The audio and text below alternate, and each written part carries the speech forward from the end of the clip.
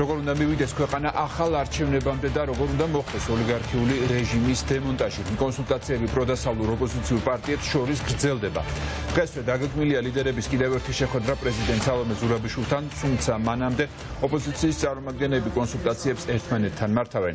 დია მამისეიშვილი გვეტყვის რა განცხადებები კეთდება პოლიტიკური ლიდერების მხრიდან.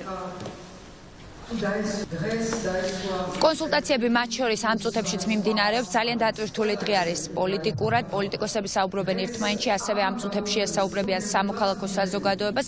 ხდება პოზიციების შეჯერება, ეს იმისთვის, რომ დიდი ალბათობით ზუსტად 5 საათზე სალომე ზურაბიშვილთან უკვე ერთობლივი მოსაზრება და ერთობლივი ერთგვარი სქემა წარადგინოს პროდასავლურმა პოლიტიკურმა ასპექტმა, თუ როგორ უნდა დადგეს საქართველოში ახალი არჩევნები, ვინაიდან ეს არის ერთადერთი უმნიშვნელოვანესი მოთხოვნა, რომელიც აქვს ქართულ ხალხს. რასაკვირველია, ახალი არჩევნების მოთხოვნაზე უკვე მიბმული არის უკანონო პატიმრების გათავისუფლების საკითხი, თუმცა ნომერ პირველი ამოცანა, რაც არსებულ კრიზისს და პოლიტიკურ ჩიხს განმუხტავს, ეს არის ერთადერთი სვლა, რომელიც რუს ოლიგარქს შეუძლია რომ გადადგას. ეს არის ის, რომ ახალი არჩევნები დანიშნოს ქვეყანაში, თუმცა რასაკვირველია, ცენტრალური საარჩევნო კომისია და ზოგადად ადგილობრივი კომისია ამ არჩევნებს, ამ პროცესს ვერ უხელმძღვანელებს.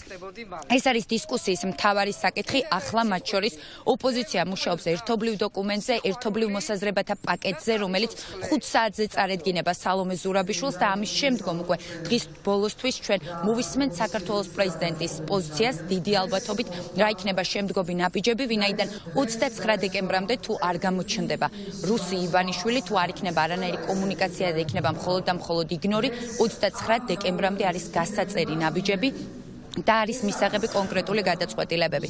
ეს არის ის საკითხი, რაშიც ძალიან პრინციპულია სალომე ზურაბიშვილი და რასაკვირველია, პრეზიდენტის ამ პოზიციას პროდასავლური პოლიტიკური სპექტრი და მთელი საქართველო ეთანხმება. შესაბამისად, ამითაც არის განპირობებული, რომ დღეს კონსულტაციების თვალსაზრისით არის ძალიან მნიშვნელოვანი დღე და კიდევ ერთხელ განმეორდები და გეტყვით, რომ ამ წუთებში მათ შორის ოპოზიცია ხვდება სამოქალაქო საზოგადოებას, რას გადაწყვეტენ, ეს არის ნამდვილად მნიშვნელოვანი საკითხი, თუმცა იქამდე ლიდერები ავრცელებენ წერილობით განცხადებებს, ასევე მედიასთან აკეთებენ კომენტარს იმის შესახებ, რომ პოლიტიკოსებმა უნდა შეითავსონ პოლიტიკოსების ფუნქცია, მათ უნდა მიიღონ მნიშვნელოვანი პოლიტიკური გადაწყვეტილებები, რადგან ეს არის პოლიტიკური პროცესი და ამ პოლიტიკურ პროცესს უნდა ჰყავდეს გამოკვეთილი პოლიტიკური აქტორები, ამიტომაც მოქმედების დროა. ეს არის ის, რაზეც თანხმდება პოლიტიკური სპექტრი, თუმცა როგორ რა მექანიზმით, აი ეს არის მთავარი შეკითხვა და ზუსტად ამიტომაც ველოდებით ამ კონსულტაციების დასრულებას, ამ დოკუმენტის შემუშავებას, რომელიც წარედგინება, როგორც უკვე გითხარით, 5 საათზე სალომე ზურაბიშვილს.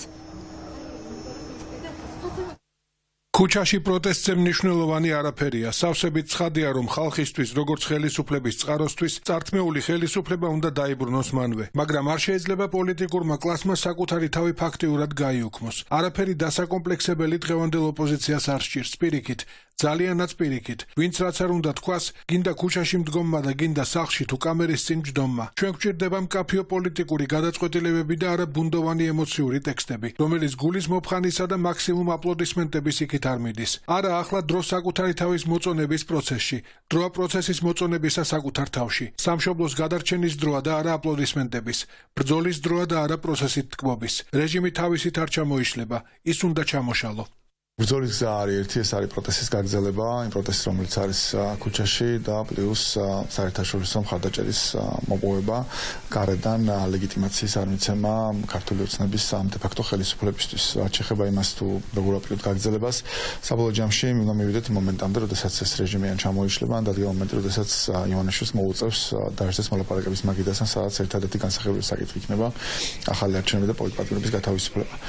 ამ მომენტისთვის უნდა იყოს და უნდა გქონდეს გასაგები სამართლებრივი გზა, როგორ მივდივართ ამ ახალ არჩევნებამდე, სწორედ ამასთან დაკავშირებით გვაქვს კონსულტაციები ოპოზიციურ პარტიებს და სამოქალაქო სექტორს და ეს კონსულტაციები მათ შორის გაგრძელდება პრეზიდენტთანაც. ბუნებრივია, დღეს ყველაზე მნიშვნელოვანი საკითხი არის ყველა პოლიტპატიმრის უპირობო გათავისუფლება და ახალი არჩევნების ჩანიშვნა. ეს არის ორი საკითხი, რაზეც არსებობს სრული პოლიტიკური კონსოლიდაცია.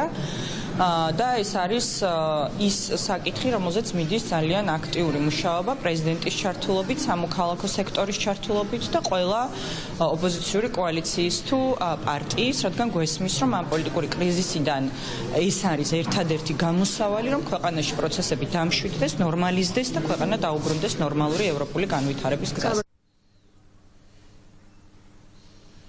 ახლა მოდით ვისაუბროთ რუსულ ოცნებაზე და ტიტუშკების მერზე კალაძეზე. დღეს მას ერგო წილად ის პატივი, რომ ეპასუხა მედიის წარმომადგენლების კითხვებისთვის და მას დაეკავებინა ტრიბუნა. ტიტუშკების მერი ამბობს, რომ ის ვერ ხვდება, რა აქვს სასაუბრო რუს ივანიშვილსა და სალომე ზურაბიშვილს. ასეთია მისი ლოგიკა, რომელიც მან ჩემ კოლეგებთან გაახმოვანა. პარალელურად, როგორც ჩანს, რუსული ოცნება ისევ ახალ სიმაღლეზე ასასრულად ემზადება, ოღონდ ეს მათთვის არ არის დაუძლეველი სიმაღლე, იმიტომ რომ მსგავსი შემთხვევები და სადამშრომლო ოპერაციები ჩვენ უკვე გვინახავს. რუსი კალაძე სალომე ზურაბიშვილს ემუქრება დაპატიმრებით, ამბობს, რომ თუ სალომე ზურაბიშვილი გადაუხვევს კონსტიტუციიდან და დაარღვევს ქვეყნის მთავარ კანონს, ის აღმოჩნდება ციხეში. რაზე არის საუბარი, აქ რასაკვირველია ბუნდოვანია, იმიტომ რომ კონსტიტუციის საკუთარი განმარტება აქვს რუსულ ოცნებას და საკონსტიტუციო სასამართლოსაც საკუთარი შეხედულებისამებრ აღებინებს გადაწყვეტილებებს, ამიტომ რუსული ოცნება რას თვლის კონსტიტუციის დარღვევად, ეს არის ნამდვილად სადა.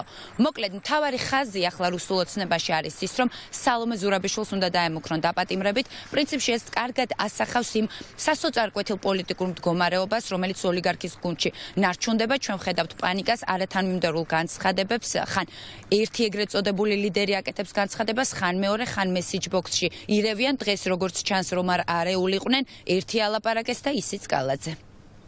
არის თუ არა რაიმე სახის მზაობა ქართულში სალომე ზურაბიშვილი რა შეხვედრა უნდა შექმნეს. სალომე ზურაბიშვილი რამდენიმე დღეში წავა იქ სადაც წავა, სადაც თვითონ გაუხარდება.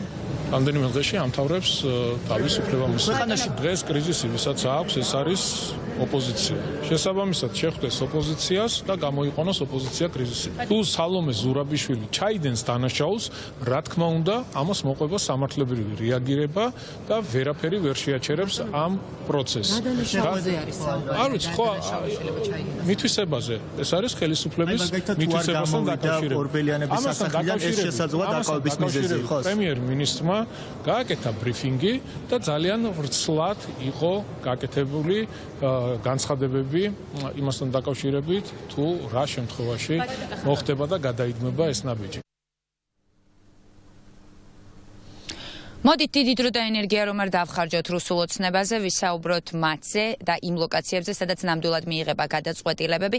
ერთადერთი ლეგიტიმური ინსტიტუტი არსებობს ამ დროისთვის დღეს საქართველოში და ერთადერთ ადამიანს და ინსტიტუტს შეიძლება დავარქვათ ხელისუფალი, ეს არის საქართველოს პრეზიდენტი და ეს არის სალომე ზურაბიშვილი. როგორც უკვე გითხარით, დღეს რომ მიიღება გადაწყვეტილებები, ამის თქმა შეიძლება დანამდვილებით, იმიტომ რომ ძალიან მნიშვნელოვანი შეხვედრა იგეგმება საქართველოს პრეზიდენტთან 5 საათზე. ახლა კითხვა ის არის, დღეს გავიგებთ თუ არა ჩვენ ამ გადაწყვეტილებების შესახებ.